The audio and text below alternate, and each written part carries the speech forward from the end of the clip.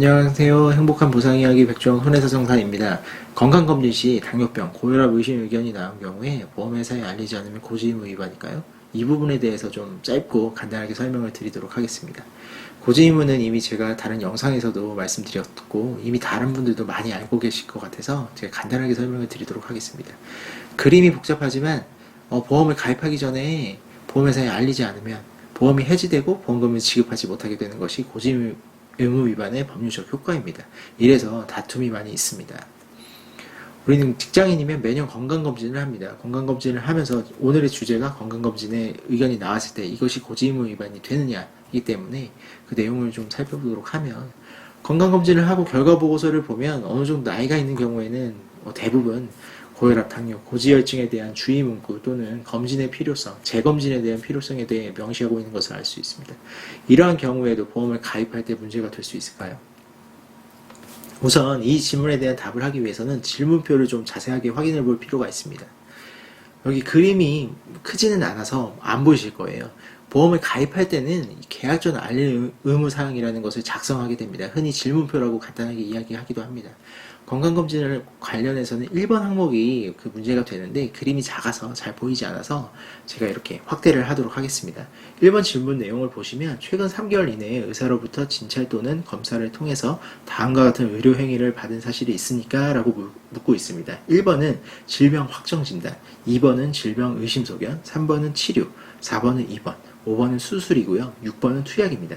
나머지 부분들은 좀 논쟁이 없어 보이는데 2번에 대한 부분, 질병 의심 소견, 요거는 좀 애매하기 때문에 밑에 보시면 이렇게 추가적인 설명을 해놓습니다. 진찰 또는 검사란 건강검진을 포함합니다. 일단 건강검진은 포함이 되는 겁니다.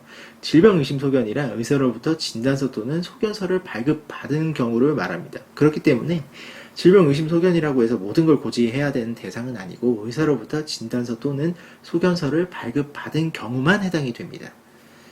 이러한 부분 때문에 조금 애매하죠. 분쟁이 계속 발생을 해서 금융감독원에 이미 민원이 발생이 돼서 그거에 대한 조정례가 나와 있습니다. 제가 링크를 걸어 놓을 테니까 거기 가셔서 다운로드를 받아보시면 될 것 같습니다. 여기 내용을 보시면 건강검진을 통해서 고콜레스테롤, 간내 석회화, 만성경부염, 이런 질환들은 사실 나이를 먹으면 어느 정도 갖고 계신 분들이 많이 있습니다. 근데 보험회사는 이를 알리지 않았기 때문에 보험회사는 해지를 한 거고요.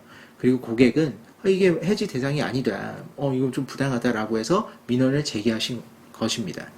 그 민원의 결과를 보시면 검사를 하였는데 경미한 이상 소견이었다. 그리고 그게 의견일 뿐 정밀 검사를 받은 사실이 없기 때문에, 당연히 정밀 검사를 받지 않았기 때문에 약물 복용 사실도 없고요.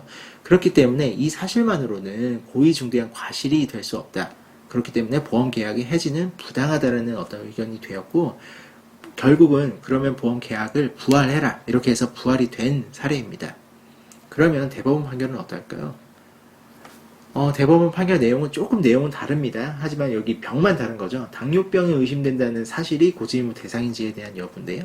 내용의 결과를 보면 수치가 평상인보다 약간 높은 정도에 불과했다.